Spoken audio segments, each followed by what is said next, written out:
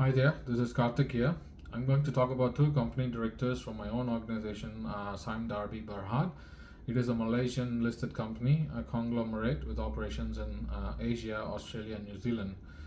The two directors are Tan Sri Samsudin Osman, who is the chairman, non independent, non executive director, and Dr. Nirmala Menon, who is an independent, non executive director.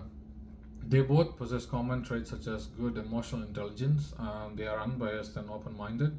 They embrace diversity and gender equality. They are independent thinkers and they don't give up to pressure. They are very strong in their respective industry knowledge and they are respective of other skills and experience as well. So they both possess great abilities which are very rich and diverse from their respective backgrounds.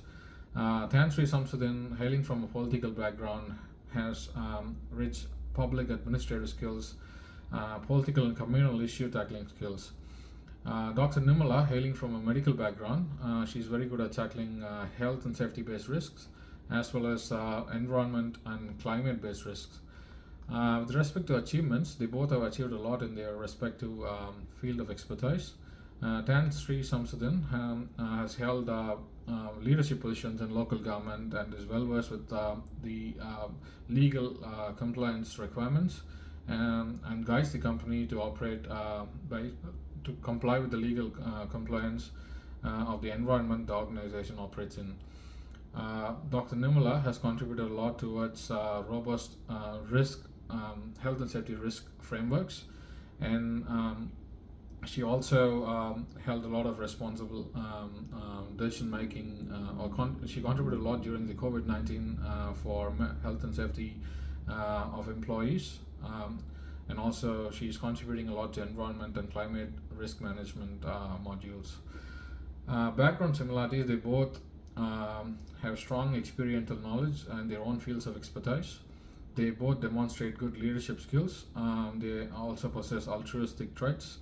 They are selfless and they don't have pressure to submit to deference or submit to authority or power.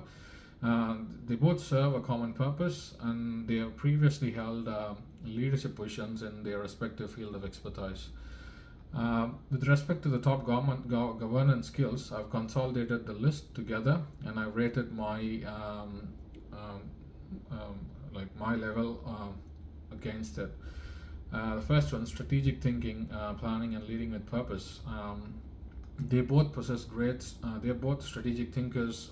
They are leaders, and they are a beacon who guide the entire organization towards a better future. And with respect to my evaluation of my skills, I've rated it as 8.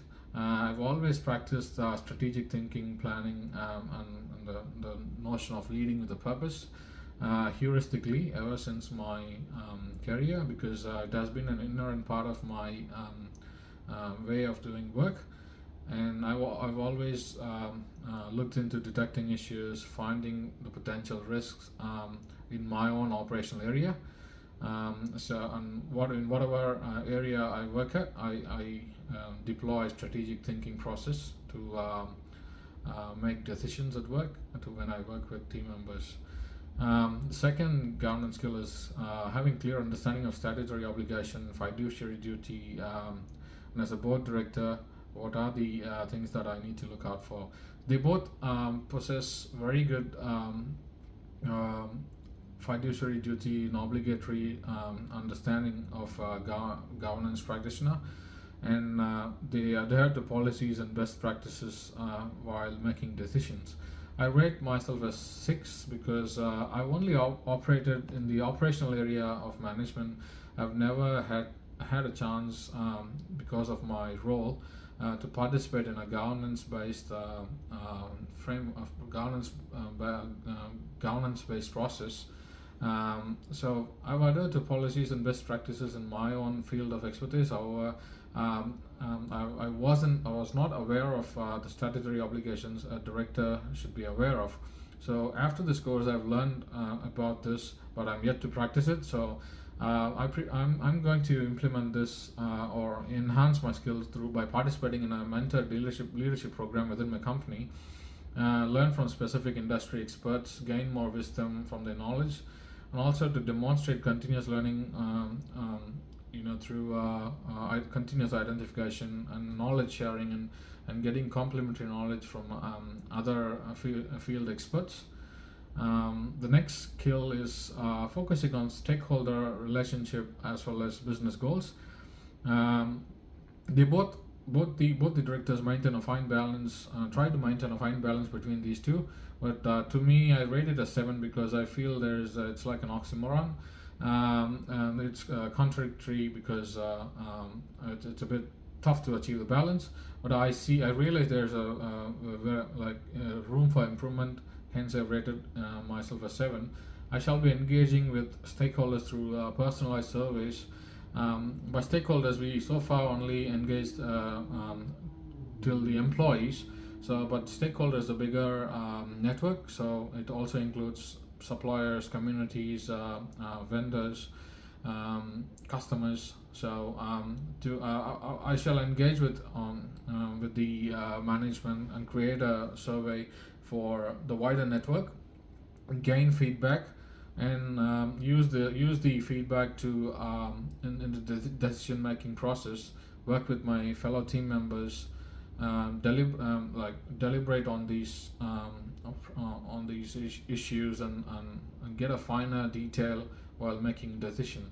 Um, the next one I feel is the skill that I'm considering is interconnected thinking ability, to understand each of the perspective. Especially the chairman, has a lot of altruistic behavior while handling board meetings. So he is very encouraging of his board, as well as he nurtures good boardroom ethics, and he is he fosters receptive skills, like understanding each other's perceptions. So I feel, based on my personality assessment, I feel there's a room for improvement of my emotional intelligence, and I will need to improve my self-awareness, and reflective practices, and also my leadership skills.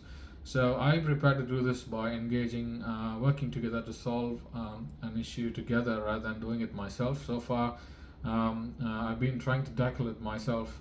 As an agile practitioner, I engage in teams very less. But whenever I engage, I try to present my view rather than being receptive. So I would like to change the way I do things. So I'll be collaborating with others, receptive of others' comments, and incorporate everything, engage in deliberation to gain more perspectives, and arrive at a fine decision. The next skill is ability to sense and monitor potential risks, be it financial, employee risk, and operational risk. So far, I've only worked on operational risk, so I feel I should need some knowledge sharing in financial and other employee issue areas. So I've rated myself a 7. So I prepare to improve it by engaging with human resource experts as well as finance experts, gaining knowledge from them, and also investigating. I like to learn the uncanny knack of where to look for problems while investigating a report. I shall engage and work with the team to debate these issues, and bring it to the attention of the board members. And the next skill is non-deference to authority. So hailing from a different country, I've faced deference to authority barriers throughout my career. Ever since I moved here, these two board members have influenced a lot, given me confidence by whistleblowing and employee engagement survey initiatives. Gave me the confidence to respond without fear, with confidence. So I rated myself as 9 here. And also serving as collective voice of board. So the chairman acts very good in engaging the whole board members. He conveys the entire message of the board rather than trying to focus on a single person or a single board member. And I've drawn inspiration from him, and I've practiced in my team meetings. So I've rated myself as 8. Developing commercialization frameworks, I feel I've been hailing from an engineering background. I've always been passionate of innovation. So there's a way the board handles innovation management, and I feel that there's room for improvement for me. So I plan to improve that by engaging with the legal and intellectual property expert and other areas where I need more knowledge sharing, and also lay emphasis on the framework rather than just the innovation only, and like to be an entrepreneur and not just an innovator.